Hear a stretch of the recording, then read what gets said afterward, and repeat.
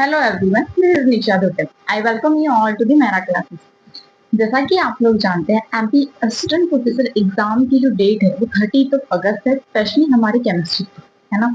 तो क्या आप लोगों ने उसकी तैयारी स्टार्ट कर दी है? कर दी है तो बहुत अच्छी बात है।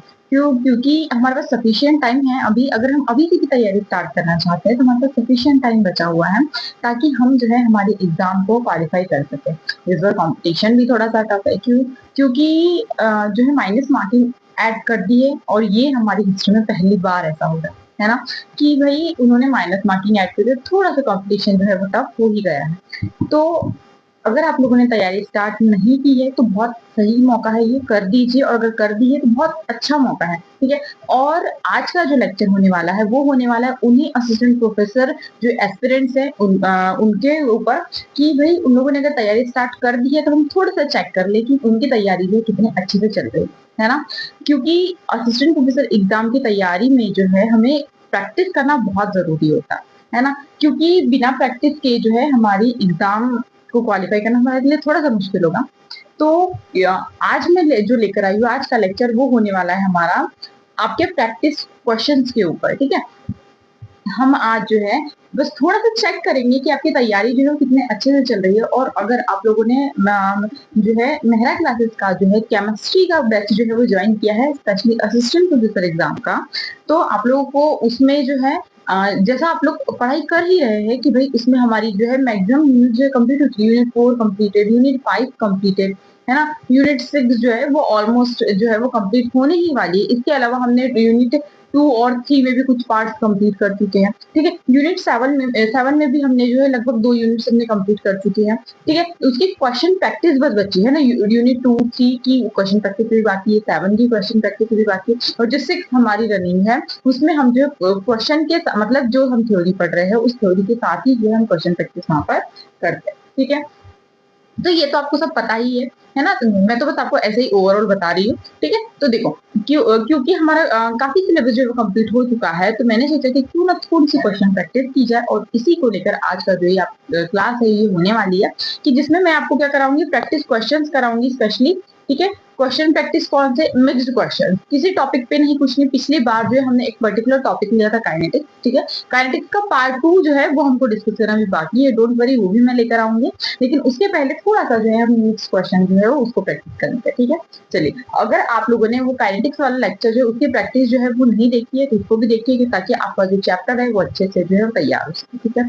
चलिए, तो आज का जो क्वेश्चन लेक्चर है वो मैं शुरू करती हूँ, ठीक है। तो देखो, पहला क्वेश्चन क्या है आपकी इसका? पहला क्वेश्चन है आपके इसका कि what is the point group of SF4 molecules. SF4 molecules का पॉइंट ग्रुप जो है वो क्या है, ठीक है।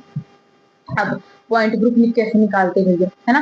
कैसे निकालते हैं हम पॉइंट ग्रुप? तो देखो, पॉइंट ग्रुप निकालने के लिए सबसे अच्छी चीज क्या है, देखो इसके लिए हम क्या देखते हैं, हम इसके लिए देखते हैं कि सबसे पहले हम ना उसका जो है हाइब्रिडाइजेशन निकालते हैं, ठीक है। हाइब्रिडाइजेशन और उसका हम शेप, ज्योमेट्री जो भी है हम ये सब निकालेंगे, ठीक है। इसके बाद में जो है हमें उससे पता चल जाएगा, हम उसमें सिमेट्री से पता करेंगे इसमें कौन सा जो है पॉइंट ग्रुप है, ठीक है। चलिए, तो देखो, सबसे पहली चीज कि SF4 बोला है उसने, कौन सा बोला है? उसने बोला है, जस्ट अ मिनट, ठीक है। देखो, उसने बोला है आपको यहाँ पर SF4, कौन सा बोला है? SF4 बोला है उसने यहाँ पर आपको, ठीक है। देखो, SF4 में आपका सेंट्रल एटम कौन सा है? सल्फर, है। सल्फर यहाँ पर आपका सेंट्रल एटम होने वाला है। तो इसमें आपके वैलेंस इलेक्ट्रॉन्स कितने? सल्फर ग्रुप नंबर 18, सॉरी माफ कीजिए, ग्रुप नंबर 16, ठीक है। ग्रुप नंबर 16 का है वैलेंस इलेक्ट्रॉन इसके पास 6, ठीक है। तो देखो, 1 2 3 4 5 एंड देन 6, ठीक है। फ्लोरीन कितने? 4 फ्लोरीन है, तो यहाँ पर 1 2 3 एंड देन 4, ठीक है। और एक जो है यहाँ पर आपका लोन पेयर होने वाला, ठीक है। तो कुछ इस तरीके से है क्या, है ना। कुछ इस तरीके से ही है। देखो, इसमें आपको क्या करना होगा, देखो इसका स्टेरिक नंबर, है ना। अब हम आते हैं इसके स्टेरिक नंबर पे। तो इसका स्टेरिक नंबर कितना होगा? इसका स्टेरिक नंबर हो गया 5, ठीक है। 5 जो है इसका स्टेरिक नंबर हो गया।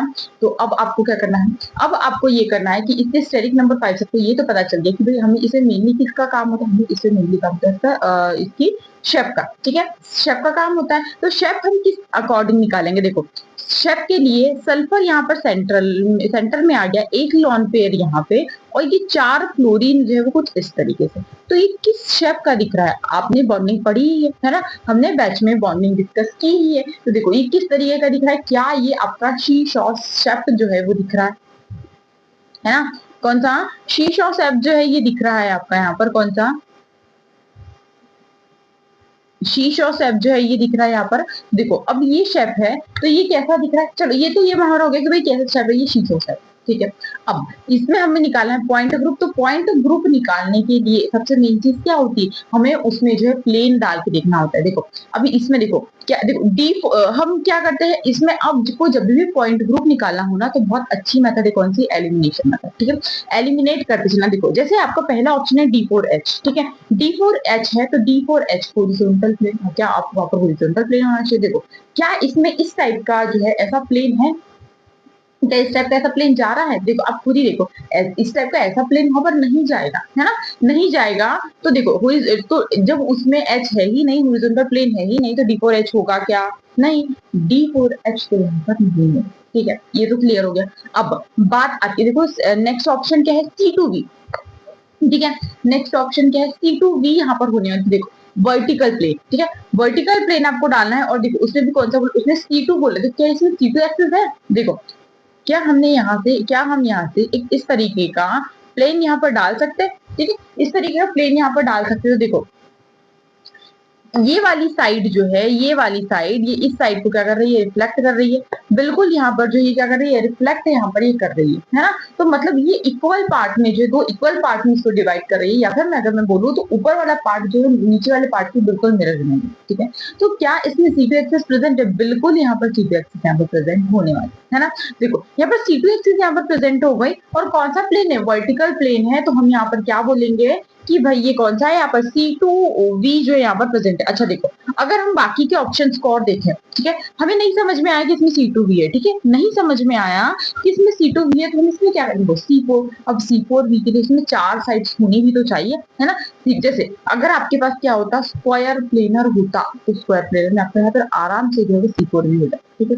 क्यों, क्योंकि देखो किस तरीके से होता है यहाँ पर स्क्वायर प्लेनर, कुछ इस तरीके से होता है। देखो तो यहाँ पर बिल्कुल जो है वो कैसा हो गया, C4 जो है यहाँ पर ये आपका आ जाएगा, कैसा आ जाएगा, C4 यहाँ पर आपका आ जाएगा कि भाई ये वाला पार्ट एक बार यहाँ पे जाएगा, ये सेकंड यहाँ, थर्ड यहाँ, 4 टाइम यहाँ, तो आराम से यहाँ पर C4V जो है वो हो जाएगा, ठीक है। चलिए तो यहाँ पर C4V यहाँ पर ये नहीं होगा। अगर मैं बात करूँ टेट्राहेड्रल की, तो टेट्राहेड्रल ज्योमेट्री होना जरूरी है ना। तो देखो ये टेट्राहेड्रल तो है नहीं, स्टेटिक नंबर 5 तो टेट्राहेड्रल होने का सवाल ही नहीं उठता, तो इसलिए ये कैसा हो गया, ऑप्शन नंबर बी जो है यहाँ पर करेक्ट आंसर हो जाएगा, ठीक है। चलिए बढ़ती हूँ आगे नेक्स्ट क्वेश्चन की तरफ। नेक्स्ट क्वेश्चन क्या बोल रहा है आपका कि भाई नेक्स्ट क्वेश्चन है निम्न में से कौन सा कॉम्प्लेक्स 18 इलेक्ट्रॉन रूल को जो है वो फॉलो करता है, बहुत इंपॉर्टेंट क्वेश्चन है ये आपका, है ना। आपकी जो है ऑर्गेनोमेट्रिक केमिस्ट्री से कुछ चुनिंदा टाइप के क्वेश्चन आता है आपके असिस्टेंट प्रोफेसर एग्जाम में, मतलब एमपीपीसी जो कुछ बहुत ज्यादा हार्ड लेवल के क्वेश्चंस नहीं पूछती हमसे इसमें, ठीक है। तो कौन से पूछते, बहुत बेसिक से क्वेश्चंस होते हैं इसमें, कि जैसे भाई कौन सा कॉम्प्लेक्स 18 इलेक्ट्रॉन रूल को फॉलो करता है ना। Which of the following complexes follow the 18 electron rule, कौन सा, देखो सिंपल सी बात कि भाई पहला क्या है, MnCO5, ठीक है। तो क्या ये 18 इलेक्ट्रॉन रूल को फॉलो करता है, किस तरीके से देखेंगे, है ना, किस तरीके से देखेंगे हम, इसके देखेंगे कि भाई इसमें टोटल वैलेंस इलेक्ट्रॉन कितने हैं, ठीक है। तो देखो मैंगनीज है, मैंगनीज की अगर मैं बात करूं तो कितना होता है मैंगनीज का, इसका होता है कितना कि D5, एक में डिटेल में बताती हूँ, बाकी जो है हम शॉर्ट में करेंगे, ठीक है। D5S2 मतलब टोटल इलेक्ट्रॉन कितने हैं यहाँ पर, मैंगनीज के टोटल इलेक्ट्रॉन कितने, यहाँ पर 7 इलेक्ट्रॉन, ठीक है। तो मतलब कि जो आपका नंबर है ना, मतलब जैसे 25 है तो आपको यहाँ पर टोटल कितने, 25 का आप सिर्फ 5 लेंगे, +2 करके 7 हो जाएगा, ठीक है। जैसे आयरन, आयरन में कितना 26 होता है, तो 6 + 2 कितना 8 हो जाएगा। वेनेडियम में कितना होता है 23 होता है, तो 3 + 2 कितना 5। तो ऐसे आपको 2 ऐड करके, क्यू ऐड कौन सा, ये एस के मतलब कि आपका कौन सा, ये 3D5 और 4s2 होता है ना, तो ये डी के आपके 5 और एस के आपके 2, आपको इस तरीके से जो है वो इलेक्ट्रॉन यहाँ पर ले, ठीक है। चलिए तो बात आती है यहाँ पे कि भाई 3D5 और 4s2 जो है ये जो है ना, तो देखो इसमें क्या हो जाएगा, इसमें बहुत सिंपल सी चीज,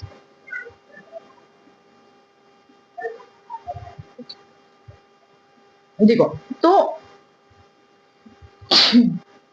सो सॉरी, चलिए देखो, अब ये तो हमको समझ में आया कि भाई इस तरीके से हमको लेना। और जो है आपका कार्बोनिल लिगेंड कितने इलेक्ट्रॉन शेयर करता है? 2 इलेक्ट्रॉन, ठीक है। तो देखो मैंगनीज का कितना हो गया, मैंगनीज का जो है यहाँ पर देखो कितना हो गया, 7+2 कितना, 7+2 यहाँ पर कितना हो गया, ये हो गया आपका कितना भाई, 1 मिनट, 7+2 क्यों हो गया, एक कार्बोनिल का 2 तो 5 मुझे कितना 10 है ना, तो 7+10, ठीक है, 7+10 कितना हो गया 17। क्या ये 18 इलेक्ट्रॉन उनको फॉलो कर रहा है? नहीं, option number A is incorrect.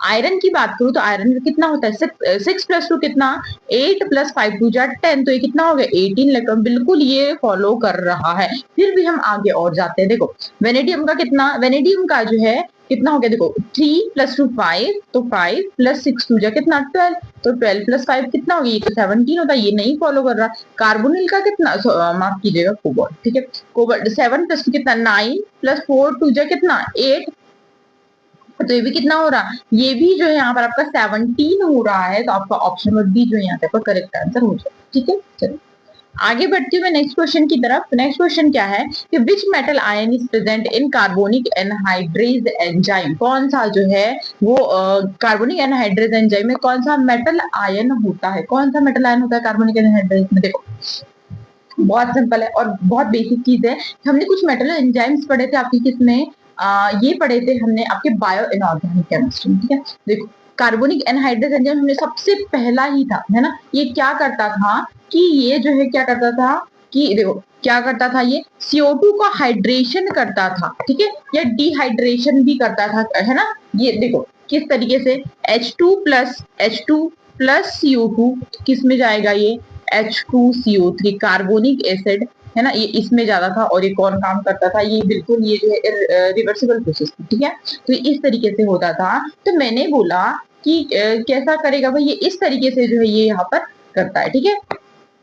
चलिए अब आगे बढ़ती हूँ मैं, देखो क्या मुझे ये बताना था कि भाई ये जो एंजाइम है, ये ना ये एंजाइम है, इसमें उसने पूछा कि सेंट्रल मेटल आयन कौन सा है, कौन सा है। देखो जिंक यहाँ पर होता था सेंटर में कितनी, +2 ऑक्सीडेशन स्टेट के साथ, और साथ ही में क्या होते हैं 3 यहाँ पर आपके हिस्टिडीन यूनिट्स जो है वो होते हैं ना, 3 यहाँ पर आपके हिस्टिडीन यूनिट्स यहाँ पर होते हैं, और साथ ही में क्या होता है एक H2, ठीक है, एक यहाँ पर आपका H2 होता है। तो क्या कुछ इसी तरीके से होता है ना, तो कौन सा ऑप्शन नंबर सी जो है यहाँ पर करेक्ट आंसर हो जाएगा कि जिंक जो है वो कहाँ पर एक्टिव साइट पर होता है और CO2 हाइड्रेशन को क्या करता है, कैटलाइज करता है, ठीक है। चलिए next question, how many signals are observed in 1H NMR और पैराजाइल, ठीक है। देखो अब इंपॉर्टेंट चीज है कि पैराजाइलिन में कितने number of 1H NMR signals होते हैं, ठीक है। देखो कैसे निकालेंगे, सबसे पहले तो आपको पैराजाइलिन का जो स्ट्रक्चर पता होना चाहिए। अब मेरी बात बहुत ध्यान से सुनना कि मैंने यहाँ पर स्ट्रक्चर नहीं दिया पैराजाइलिन का, मैंने क्या किया, मैंने सिर्फ उसका नाम लिखा। तो मेरा नाम यहाँ पर लिखने का मकसद ये था कि आपको जो है एटलीस्ट जाइलिन का जो स्ट्रक्चर पता होना चाहिए, है ना। जाइलिन बहुत बेसिक स्ट्रक्चर है, बहुत ज्यादा वो नहीं, ऑर्थो मेटा पैरा जो है आपको यहाँ पर पता होनी चाहिए, ठीक है। चलिए तो देखो आपको टोलुइन तो पता ही होगा, है ना, टोलुइन तो आपको पता ही होगा, ऐसा मैं एक्सपेक्ट करती हूँ आपसे कि देखो टोलुइन जो होता है ना, तो बस टोलुइन के साथ में ही और क्या हमको एक और मिथाइल ऐड करना, जैसे उसने बोला है कि पैरा, अगर ऑर्थो बोला है तो हम यहाँ पे करेंगे, मेटा बोला है तो हम यहाँ पे करेंगे, क्योंकि उसने अभी हमको पैरा बोला है तो हम पैरा कहाँ पे करेंगे, हम यहाँ पर जो है यहाँ पर आपके ये करेंगे, ठीक है। देखो ये तो हो गया आपका पैराजाइलिन का स्ट्रक्चर, मतलब कि 2 बेंजीन रिंग पर 2 मिथाइल ग्रुप यहाँ पर प्रेजेंट होने चाहिए, ठीक है। इतना बेसिक था कि बेंजीन रिंग पर 2 मिथाइल ग्रुप यहाँ पर प्रेजेंट होने चाहिए, ठीक है। चलिए तो अब देखो कि अब इसमें सिग्नल निकालने का तरीका भी बहुत सिंपल था, मैंने आपको बताया था, देखो किस तरीके से, है ना, किस तरीके से निकालते भाई। तो देखो हमको क्या करना है, हमको यहाँ पर एक प्लेन ऑफ सिमेट्री डालनी है। देखो एक हमको यहाँ से प्लेन डालने हैं, देखो ये मैंने प्लेन डाला, जितने प्लेन डल सकते हैं ना उतने प्लेन आप डाल दो, बहुत बेसिक तरीका है और बहुत इजी तरीका है, आपको कभी जो है वो गलत नहीं होगा। देखो जितने प्लेन डल सकते, देखो एक तो आपका ऐसा हॉरिजॉन्टल प्लेन डल गया, ठीक है, दूसरा आपका यहाँ से वर्टिकल प्लेन जो है ये भी डल जाएगा। तो देखो इस तरीके से आपका ये प्लेन डल गया, है ना। अब प्लेन डालने के बाद सिर्फ किसी एक साइड के जो है वो इलेक्ट्रॉन्स काउंट कर लो, जैसे सपोज दैट कि देखो एक कौन सा, एक तो यहाँ पर आपका ये बचा, एक मिथाइल आपका ये वाला बचा है ना, किसी एक साइड से काउंट करना है ना, सब तरीके से नहीं करना, ठीक है। और देखो एक कौन सा बचा, एक आपका यहाँ पर बचा ये दूसरा, तो यहाँ पर जो हाइड्रोजन है वो दूसरा, तो कितने तरीके के हो गए, टोटल हो गए आपके यहाँ पर 2 तरीके के, ठीक है, 2 तरीके के। या फिर एक दूसरा तरीका कि आप क्या करो, देखो आप ये वाला प्लेन नहीं डालो, देखो मैं बताती हूँ, यहाँ पर हो गया मिथाइल है ना, और यहाँ पर हो गया मिथाइल, तो देखो ये कैसा हो गया, आपने देखो यहाँ से ऐसा प्लेन डाला, देखो ये जो जो प्लेन एक दूसरे को क्रॉस मतलब जो आपने जो प्लेन डाला ना, वो प्लेन जो एक दूसरे को क्या कर रहे हैं, बाइसेक्ट कर रहे हैं, वो आपका एक तरीके के हो जाएंगे। तो देखो ये आपके एक तरीके के, ठीक है, इसको भी नंबर 1 दे दो। और दूसरा देखो, अगर आपने क्या किया कि देखो यहाँ पर जो है, देखो ये यहाँ पर मिथाइल ग्रुप है, मिथाइल के इधर जो है वो मेनली CH2 ग्रुप, देखो इधर भी मिथाइल के इसमें CH2 ग्रुप है, इधर भी मिथाइल के इसमें CH2 ग्रुप है, और इधर भी मिथाइल के साइड पे CH2 ग्रुप है। और देखो इस CH2 का इधर भी CH2 है, और इस CH2 की बात करूँ तो इसके इधर भी CH2, मतलब कि इनका एनवायरमेंट बिल्कुल सेम है ना, एनवायरमेंट बिल्कुल सेम है। तो आप या तो प्लेन डाल के करो या फिर आप एनवायरमेंट से करो, बात एक ही है, दोनों से आपका आंसर जो है करेक्ट किया, ठीक है। चलिए,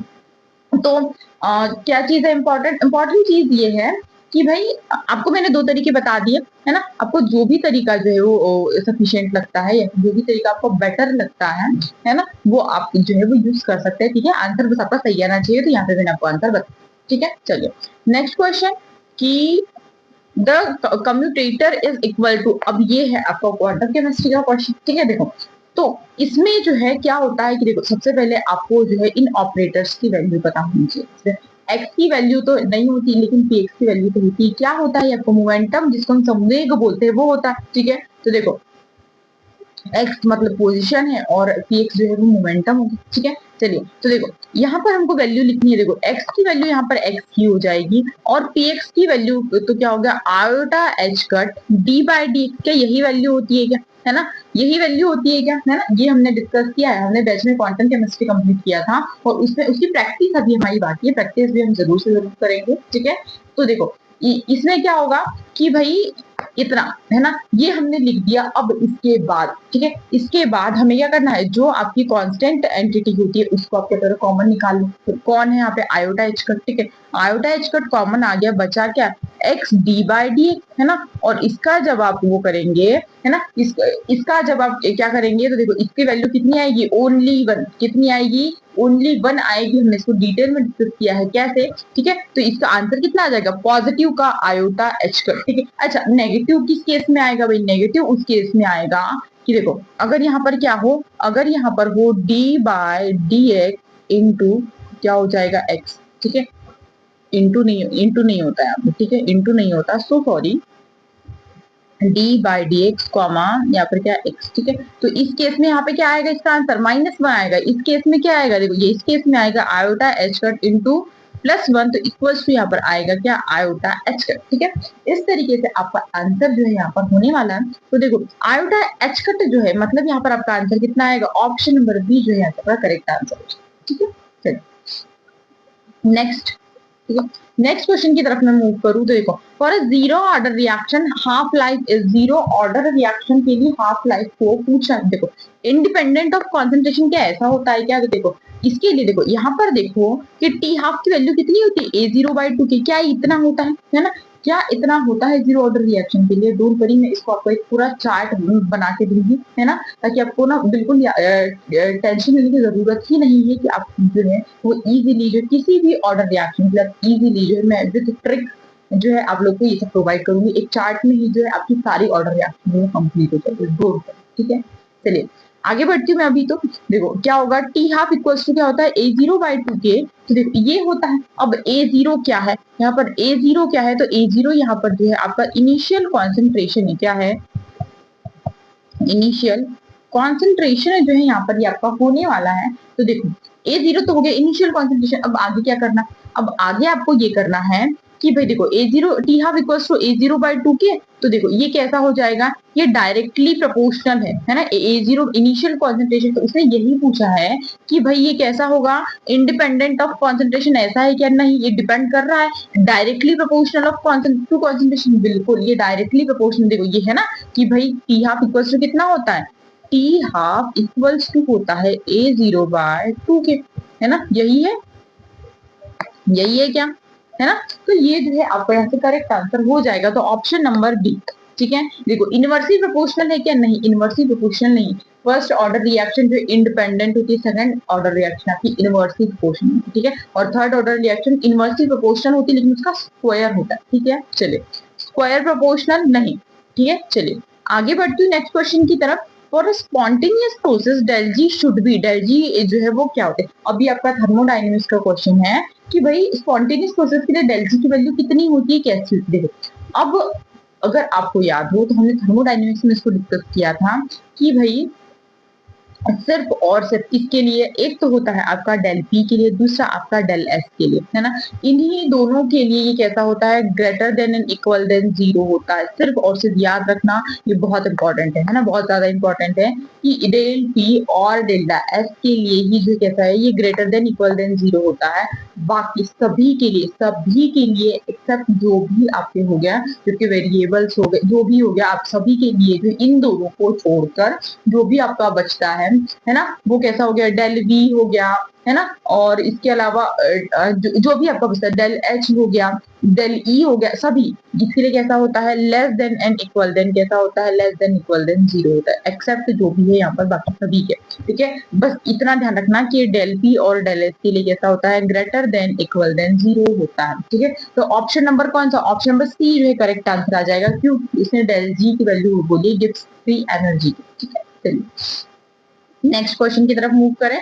तो नेक्स्ट क्वेश्चन बोल रहा है quantum yield is defined as quantum yield. अब ये भी हमने डिस्कस किया है कि क्वांटम यील्ड जो है वो कैसे होता है। देखो क्वांटम यील्ड क्या होता है कि भाई कितनी फोटोन जो है वो एब्जॉर्ब कर रहे हैं, है ना। रिएक्शन कब होती है, फोटोकेमिकल रिएक्शन कब होती है, जब हमने क्या कोई भी फोटोन को क्या किया कि भाई इसमें क्या होता है कि कोई भी फोटोन एब्जॉर्ब हुआ, और फोटोन एब्जॉर्ब होने के बाद जैसे ही फोटोन एब्जॉर्ब हो गया, तो फोटोन एब्जॉर्ब होने के बाद क्या होता है कि भाई मॉलिक्यूल रिएक्ट करते हैं ना। देखो एक फोटोन एब्जॉर्ब हुआ, ये फोटोन एब्जॉर्ब हुआ, ठीक है, जैसे समझ लो क्या है, ये आपका क्या है, फोटोन है ना। तो ये आपका फोटोन है, तो ये कैसा हुआ, ये एब्जॉर्ब हुआ, तो जितने फोटोन एब्जॉर्ब होंगे ना उतने ही मॉलिक्यूल जो है वो क्या करेंगे, मॉलिक्यूल क्या करेंगे, रिएक्ट करेंगे। ठीक है, ध्यान रखना है, फोटोन एब्जॉर्ब हुआ, मॉलिक्यूल रिएक्ट हो, तो कितने फोटोन एब्जॉर्ब हुए कहा जाएगा आपके डिवाइड में, नीचे ठीक है, तो नीचे आ जाएगा, उसके बाद में ऊपर क्या आ जाएगा कि कितने मॉलिक्यूल रिएक्ट, कितने फोटोन एब्जॉर्ब हुए थे, कितने मॉलिक्यूल रिएक्ट करेंगे। ठीक है, चलिए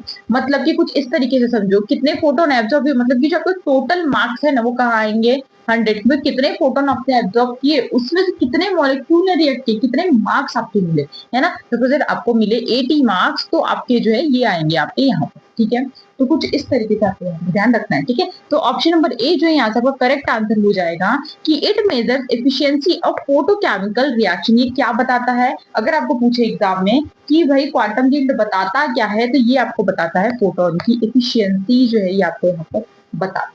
ठीक है, चलिए नेक्स्ट क्वेश्चन कि पैकिंग इफिशिएंसी ऑफ एसिड लेटेज। अब ये आपकी स्पेशलिस्ट केमिस्ट्री का क्वेश्चन है। देखो अब ये पूछ रहा है कि सभी के लिए आपको पैकिंग इफिशिएंसी, है ना। देखो आप एक बार में ये आपके सीएसआईआर नेट एग्जाम में डायरेक्टली पूछ लिया गया था, डायरेक्टली।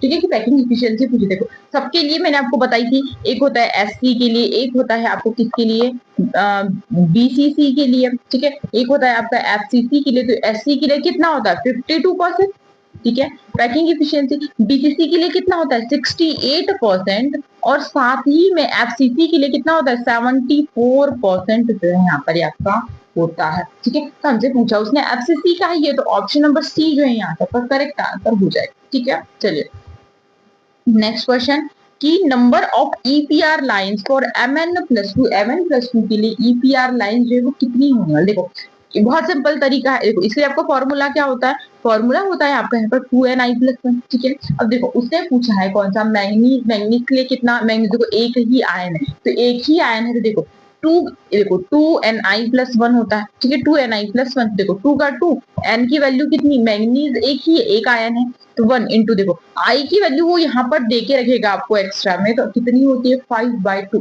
ठीक है, तो आई की वैल्यू यहाँ पर 5/2 +1, तो 2 से 2 कैंसिल आउट हो गया, 5+1 कितना 6 जो है यहाँ पर आंसर आया, मतलब ऑप्शन नंबर बी जो है यहाँ से आपका करेक्ट आंसर हो जाएगा।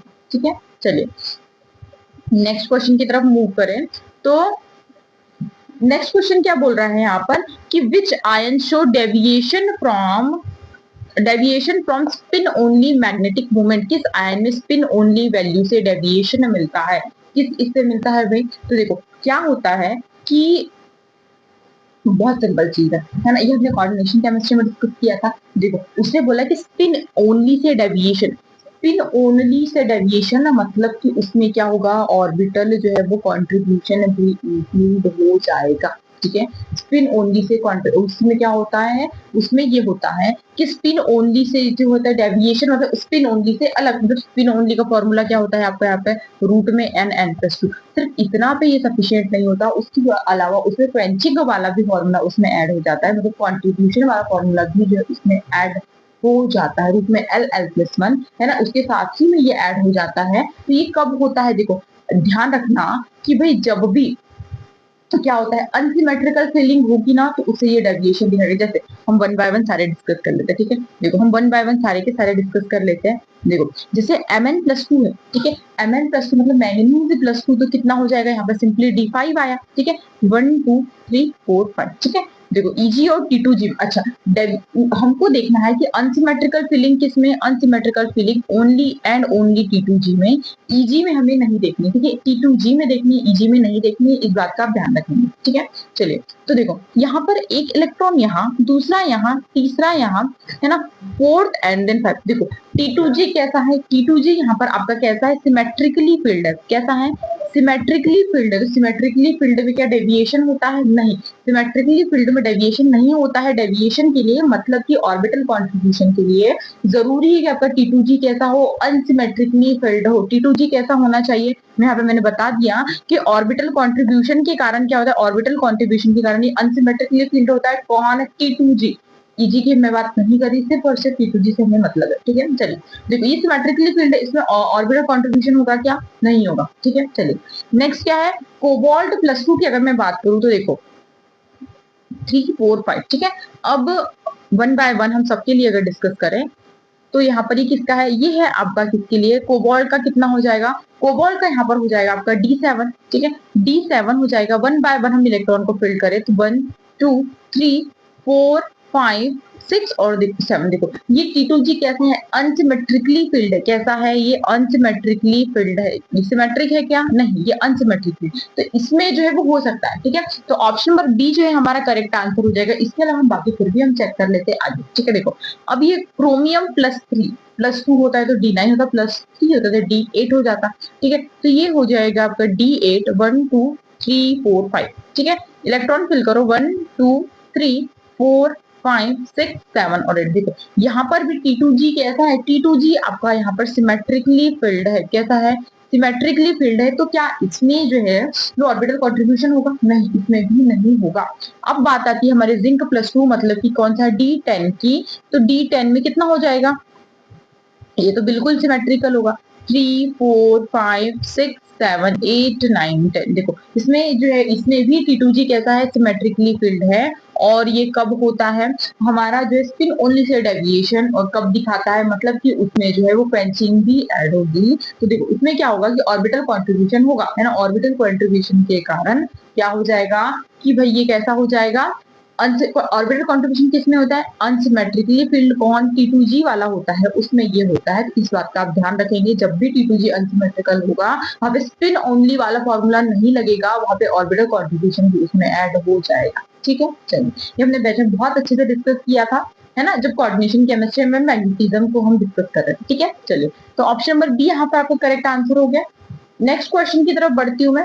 अब देखो नेक्स्ट है आपका कि arrange the following species in decreasing order of CO stretching frequency. CO stretching frequency का आपको ऑर्डर पूछा है। देखो अब स्ट्रेचिंग फ्रीक्वेंसी क्या होती है, स्ट्रेचिंग फ्रीक्वेंसी को ये भी हमने इसमें पढ़ा था, ये ऑर्गेनो मेटेलिक केमिस्ट्री में पढ़ा था कि स्ट्रेचिंग फ्रीक्वेंसी आपकी इनवर्सली प्रोपोर्शनल होती है किसके, बैक बॉन्डिंग के। तो स्ट्रेचिंग फ्रीक्वेंसी की मैं बात करूँ तो या फिर देखो या इससे आप कंफ्यूज हो जाऊंगे, मैं सिंपली यहाँ पर फ्रीक्वेंसी लिखती हूँ, ठीक है। फ्रीक्वेंसी इनवर्सली प्रोपोर्शनल होती है आपकी किसके, बैक बॉन्डिंग के, ठीक है, ये तो आपको पता ही। और बैक बॉन्डिंग किसमें ज्यादा होगी, बैक बॉन्डिंग सबसे ज्यादा उसमें होगी जहां पर इलेक्ट्रॉन डेंसिटी सबसे ज्यादा होगी, ठीक है। जहां पर इलेक्ट्रॉन डेंसिटी सबसे ज्यादा होगी, जहां पर बैक बॉन्डिंग सबसे ज्यादा, वहां पर इलेक्ट्रॉन डेंसिटी जो है वो सबसे ज्यादा, मतलब जहां पर इलेक्ट्रॉन डेंसिटी सबसे ज्यादा, वहां पर बैक बॉन्डिंग सबसे ज्यादा। और बैक बॉन्डिंग का इनवर्स रिलेशन होता है आपका कौन सा, फ्रीक्वेंसी। देखो जैसे यहाँ पर ऑप्शन नंबर सी को देखो कि भाई यहाँ पर कैसा है, नेगेटिव चार्ज है, ठीक है, यहाँ पर कैसा है, नेगेटिव चार्ज है। नेगेटिव चार्ज होने के कारण देखो यहाँ पर मेटल सी और ओ, ठीक है। अब देखो मेटल के ऊपर कैसा नेगेटिव चार्ज है, तो मेटल ने यहाँ पर इलेक्ट्रॉन डेंसिटी दी, तो इस तरीके से तो मेटल कार्बन का बॉन्ड जो है वो कैसा हो गया, वो जो है आपका स्ट्रांगली जो है कैसा हो गया, अटैच हो गया। और उसमें सीओ स्ट्रेचिंग फ्रीक्वेंसी कैसे हो गई, सीओ स्ट्रेचिंग फ्रीक्वेंसी आपकी कम हो जाएगी। देखो ना मेटल कार्बन के बीच का बॉन्ड बन रहा है, जबकि सीओ के बीच का बॉन्ड जो है वो टूट रहा है। तो ये किस तरीके से होता है कि देखो ये सी है, ये देखो ये वाला बॉन्ड यहाँ पर बन रहा है, जबकि ये बॉन्ड ऑलरेडी बना हुआ था और ये बॉन्ड जो यहाँ पर आपका टूट रहा है। तो सीओ स्ट्रेचिंग फ्रीक्वेंसी क्या हो रही है, देखो बैक बॉन्डिंग ज्यादा हो रही है, सीओ स्ट्रेचिंग फ्रीक्वेंसी यहाँ पर कम हो रही है, ठीक है। सिमिलरली अगर मैं यहाँ पर देखो तो यहाँ पर इलेक्ट्रॉन है ही नहीं, लेकिन देखो अगर यहाँ पे पॉजिटिव चार्ज होता, अगर मेटल के ऊपर कैसा है, पॉजिटिव चार्ज है, सी डबल बॉन्ड ओ, देखो यहाँ पर तो इलेक्ट्रॉन डेंसिटी कम है, तो ये मेटल इलेक्ट्रॉन को देगा क्या, नहीं देगा। और इस केस में सीओ स्ट्रेचिंग फ्रीक्वेंसी कैसी रहेगी, ज्यादा ही जो है यहाँ पर आपकी रहेगी। तो उसने पूछा है, यही पूछा है कि भाई सीओ स्ट्रेचिंग फ्रीक्वेंसी के घटते क्रम में हमको व्यवस्थित करना है ना, डिक्रीजिंग ऑर्डर में हमको सीओ स्ट्रेचिंग फ्रीक्वेंसी देना है। तो डिक्रीजिंग ऑर्डर कौन सा हो जाएगा, सीओ स्ट्रेचिंग फ्रीक्वेंसी का, ठीक है। एक मिनट, जस्ट अ मिनट। हाँ देखो सबसे लोएस्ट फ्रीक्वेंसी कौन सी हो जाएगी, सबसे लोएस्ट फ्रीक्वेंसी आपकी यहाँ पर हो जाएगी कौन सी, ऑप्शन नंबर थर्ड की सबसे ज्यादा सबसे लोएस्ट फ्रीक्वेंसी हो जाएगी, ठीक है। उसके बाद में सेकेंड की होगी, उसके बाद में फर्स्ट की होगी। तो आई थिंक नहीं, ये ऑप्शन यहाँ पर कुछ मिस्टेक हुई है, ठीक है। देखो क्या होगा कि यहाँ पर ऑप्शन नंबर सबसे ज्यादा किसकी, सबसे जो है वो कम स्ट्रेचिंग फ्रीक्वेंसी किसकी होगी, सबसे कम स्ट्रेचिंग फ्रीक्वेंसी उससे हो जाए सीओ स्ट्रेचिंग फ्रीक्वेंसी सबसे कम, मतलब बैक बॉन्डिंग सबसे ज्यादा। और ये किसकी होगी, ऑप्शन नंबर बी जो है यहाँ से आपका करेक्ट आंसर इसमें हो जाएगा कि भाई देखो थर्ड में क्या हो रहा है, थर्ड में बैक बॉन्डिंग सबसे ज्यादा, मतलब सीओ स्ट्रेचिंग फ्रीक्वेंसी सबसे कम। और उसने हमको कम ही पूछा कि सीओ स्ट्रेचिंग फ्रीक्वेंसी जो है क्या बोले, डिक्रीजिंग ऑर्डर। अगर वो इंक्रीजिंग पूछता तो इंक्रीजिंग पूछता सीओ स्ट्रेचिंग फ्रीक्वेंसी, तो हम किस में लेते, ऑप्शन नंबर ए, फिर ऑप्शन नंबर बी, फिर ऑप्शन नंबर सी, इस तरीके से होता है, ठीक है। क्योंकि उसने डिक्रीजिंग, इस बात का आप ध्यान रखेंगे। हो सकता है कि मैंने की गलती से जो है यहाँ पर आपका डिक्रीजिंग की जगह इंक्रीजिंग ऑर्डर देख लिया, ठीक है। चलिए तो आगे बढ़ती नेक्स्ट क्वेश्चन की तरफ, क्या है कि which statement is correct regarding 14 annulene and 18 annulene. देखो सबसे पहले इनके स्ट्रक्चर्स देखो, देखो ये सारे के सारे एनुलिन है, ये आपको पीडीएफ प्रोवाइड हो जाएगी, आप यहाँ पर देख लेना, ठीक है। देखो यहाँ पर मैं बता रही थी आपको 14 एनुलिन की बात करो, देखो 14 एनुलिन में कितने इलेक्ट्रॉन्स होते हैं, देखो 14 इलेक्ट्रॉन्स यहाँ पर होते कैसे, देखो अगर आपका देखो तो दो तरह के सिस्टम होते हैं, एक होता है आपका 4n सिस्टम, दूसरा होता है आपका 4n+2, है ना। तो 4n सिस्टम में क्या होता है, कंप्लीटली यहाँ पर आपको 4 का टेबल अलाउ होता है ना। 4 देखो यहाँ पर कितना होता है, 1 मिनट, ठीक है। यहाँ पर 4, ठीक है, इस तरीके से आपका टेबल चलते रहता है। और यहाँ पर कितना होता है, यहाँ पर आपका जो है वो कितना होता है, 6 होता है, ठीक है, 6 होता है। उसके बाद में कितना होता है, 10 हो जाएगा, यहाँ पर आपका 14 हो जाएगा, यहाँ पर आपका 18 हो जाएगा, कुछ इस तरीके से, ठीक है। देखो आपका 14 एनुलिन में कितने इलेक्ट्रॉन्स होते हैं, 14 इलेक्ट्रॉन्स होते हैं। तो ये 4n+2 रूल को फॉलो कर रहा है, मतलब कि ये एरोमेटिक हो गया, ठीक है। देखो ये एरोमेटिक है, प्लेनर भी है, ठीक है, एरोमेटिक है, प्लेनर है, कॉन्जुगेटेड है, सारी प्रॉपर्टीज को फॉलो कर रहा है, मतलब ये कैसा हो गया, एरोमेटिक कैटेगरी में आया। जबकि अगर मैं 18 एनुलिन की बात करूं तो 18 एनुलिन ये देखो ये रहा, 18 एनुलिन भी कैसा होता है, 18 एनुलिन भी यहाँ पर आपका एरोमेटिक होता है। क्यों, क्योंकि देखो इसमें 4n+2 सिस्टम को ये फॉलो करता है, ना कि ये 4n सिस्टम को फॉलो करता है, ठीक है। चलिए ये तो आपको क्लियर हो गया। अब इसके बाद, ठीक है, इसके बाद देखो अब हमको इसके स्टेटमेंट्स को देखना है कि both are unstable and non aromatic, क्या ऐसा है, नहीं, दोनों नॉन एरोमेटिक तो नहीं है। 14 annulene aromatic and 18 annulene anti aromatic, क्या ऐसा है, नहीं। बोथ फॉलो हक्कल रूल, क्या दोनों हक्कल रूल को फॉलो करते हैं, बिल्कुल फॉलो करते हैं। But 14 less stable due to steric hint, देखो ये ऑप्शन जो है आपका करेक्ट है और एक्यूरेट है, बिल्कुल। देखो क्यों, क्योंकि देखो दोनों जो है हक्कल रूल को फॉलो तो करते हैं, 4n+2 सिस्टम है, दोनों एरोमेटिक है, ये बात बिल्कुल करेक्ट है। So sorry. लेकिन 14 एनुलिन में क्या होता है कि अंदर के हाइड्रोजन एटम में क्या होता है, क्राउडिंग होती है। इसमें ना जो अंदर के हाइड्रोजन एटम होते हैं उसके साइज छोटा होता है। साइज छोटा होने के कारण उसमें जो हाइड्रोजन होते हैं उसमें क्राउडिंग होती है, और उसके कारण उसकी जो प्लेनरिटी जो वो क्या होती है, डिस्टर्ब होती है, और स्टेबिलिटी जो क्या होती है, कम हो जाती है। जबकि 18 एनुलिन का साइज बड़ा होता है, प्लेनर होता है, और ये ज्यादा स्टेबल होता है। देखो किस तरीके से, देखो ये साइज छोटा होता है ना, कंपैरिजन टू 18 इलेक्ट्रॉन। ये साइज कैसा है, छोटा है। तो देखो यहाँ पर जो हाइड्रोजन प्रेजेंट होते हैं ना, इसमें क्या होता है, स्टेरिक हिंड्रेंस जो है यहाँ पर, ये जो हाइड्रोजन है ना, इनके बीच में यहाँ पर जो स्टेरिक हिंड्रेंस होता है यहाँ पर, इसीलिए ये कैसा होता है, इसलिए इसमें जो है वो क्या होता है, क्राउडिंग हो जाती है, और उसके कारण ये थोड़ा सा अनस्टेबल होता है। मतलब स्टेबल होता है लेकिन कंपेयर टू 18 इलेक्ट्रॉन थोड़ा सा अनस्टेबल। ठीक है, चलिए नेक्स्ट क्वेश्चन क्या है कि इन विच कॉम्प्लेक्स स्ट्रॉन्ग जेटीडी ऑब्जर्व, देखो स्ट्रॉन्ग जेटीडी ऑब्जर्व होना चाहिए। अब वो किस में होगा स्ट्रॉन्ग जेटीडी, मैंने आपको बताया था कि स्ट्रॉन्ग जेटीडी होने के लिए क्या कंडीशन होनी चाहिए कि भाई यहाँ पर जो है वो अनसिमेट्रिकली फिल्ड होनी चाहिए इलेक्ट्रॉन। जैसे क्रोमियम है, क्रोमियम +3 का बोल रहा है, तो क्रोमियम +3 कैसा, तो फिल करे इलेक्ट्रॉन्स को, तो देखो वीक इलेक्ट्रॉन है, देखो कैसा होगा, 1 2 3 4 5, एक मिनट, कुछ ज्यादा इलेक्ट्रॉन्स हो गए, क्रोमियम +3 है ना, ठीक है, क्रोमियम +3 हो गया। देखो क्रोमियम +3 D4 होते 3 ही है, तो देखो ये कैसा है, ये आपका यहाँ पर कैसा है, सिमेट्रिकली फिल्ड है ना। तो यहाँ पर तो जेटीडी नहीं होगा, अनसिमेट्रिकली फिल्ड होगा, वहां पर जेटीडी होगा जहां पर भी। अब यहाँ पर Eg T2G से हमें मतलब नहीं है, हमें मतलब ये है कि T2G अनसिमेट्रिकली होना चाहिए किसमें, जहां पर हमको मैग्नेटिज्म देखना। लेकिन अगर जेटीडी देखना है तो आप ये देखना है कि T2G और Eg दोनों में से कोई भी एक अनसिमेट्रिकली फिल्ड होना चाहिए, है ना। कैसे होने चाहिए, दोनों में से कोई भी एक अनसिमेट्रिकली फिल्ड होना चाहिए। अगर दोनों में से कोई भी एक अनसिमेट्रिकली फिल्ड है तो ये क्या होगा, ये जो है आपका कैसा हो जाएगा, जेटीडी वहां पर प्रेजेंट होगा। तो देखो, और कंपैरिजन अगर करने को आए Eg में और T2G में, तो हमेशा ध्यान रखना कि Eg हमेशा ज्यादा हो।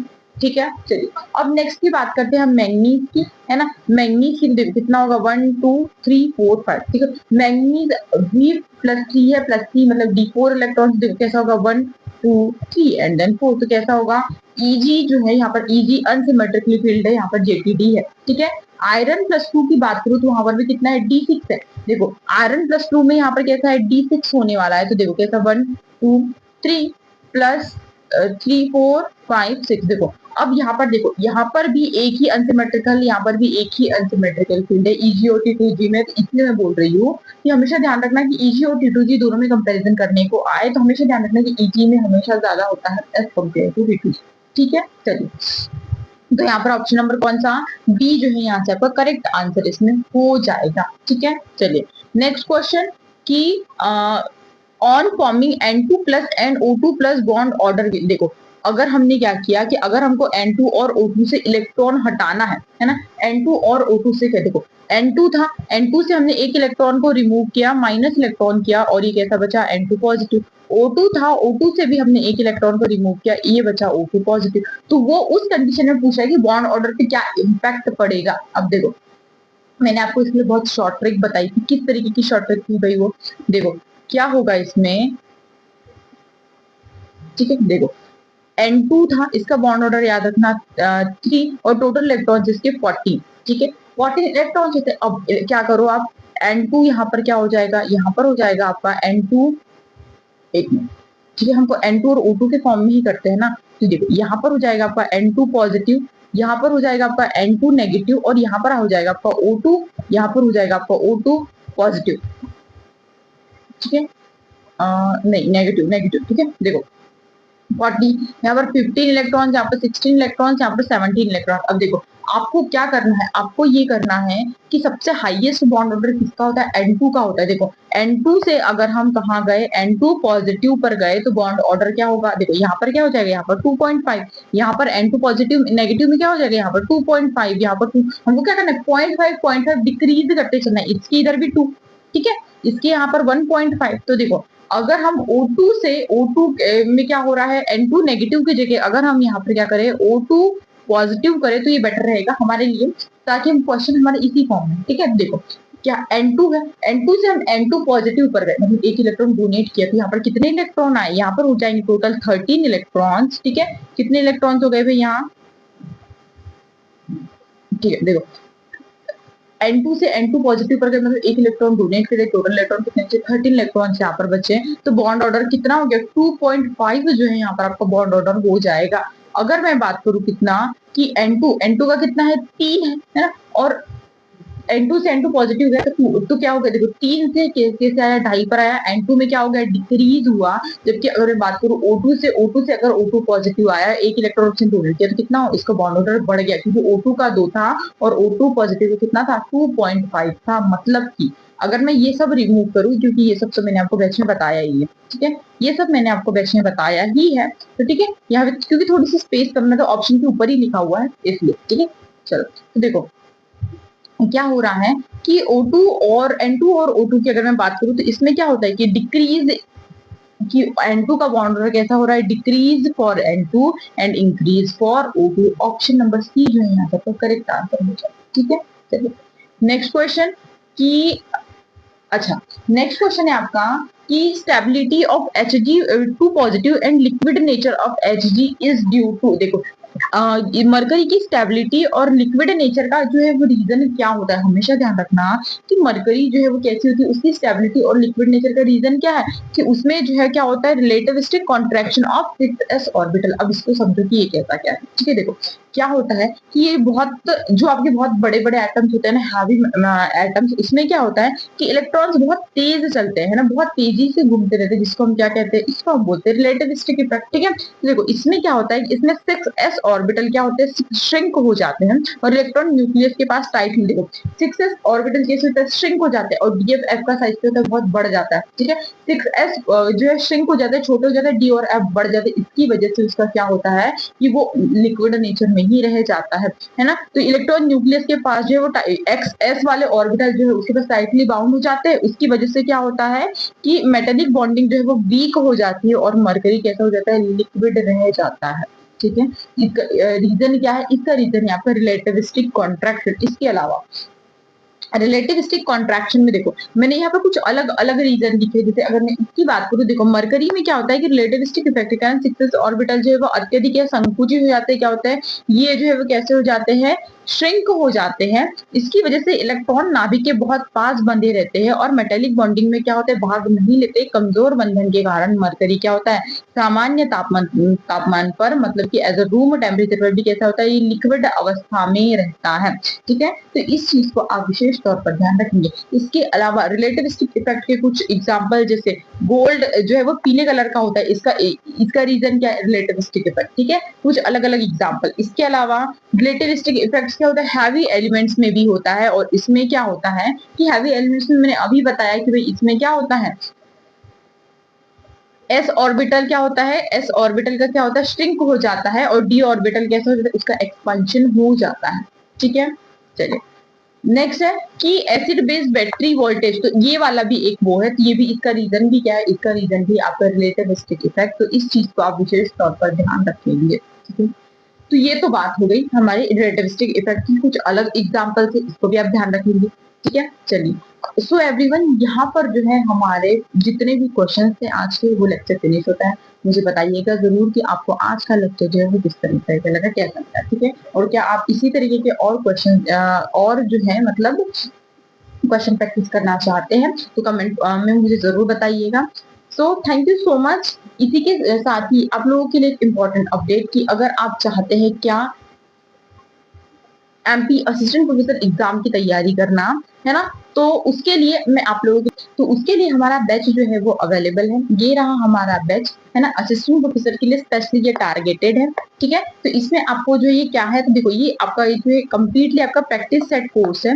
देखो ना सिर्फ ये प्रैक्टिस सेट कोर्स है, बल्कि इसके लिए अगर मैं आपको बताऊँ तो इसके अगर मैं इंपॉर्टेंट अगर आपको फीचर्स बताऊँ तो देखो इसके फीचर्स में आपको क्या क्या मिलेगा। इसमें आपको मिलेगा full syllabus coverage, live classes, recorded classes, updated notes and PDFs, mock test and PYQs, unit wise test and topic wise test, ठीक है। ये सब जो है आपको इस कोर्स पे मिलने वाला है। अब देखो इसके साथ ही मैं आपको बताना चाहूंगी कि अगर आप जो है वो रिकॉर्डेड फॉर्म में कोर्स जो है वो लेना चाहते हैं, 2024 का कोर्स जो है वो आपको इसके साथ जो है वो कम्प्लीटली फ्री दिया जा रहा है ना, कम्प्लीटली फ्री दिया है। और जो 2026 की जो क्लासेस है वो जो है अभी रेगुलर बेसिस पर जो है क्लासेस इसकी हो रही है। तो अगर आप चाहते हैं इसकी तैयारी करना, so you are most welcome.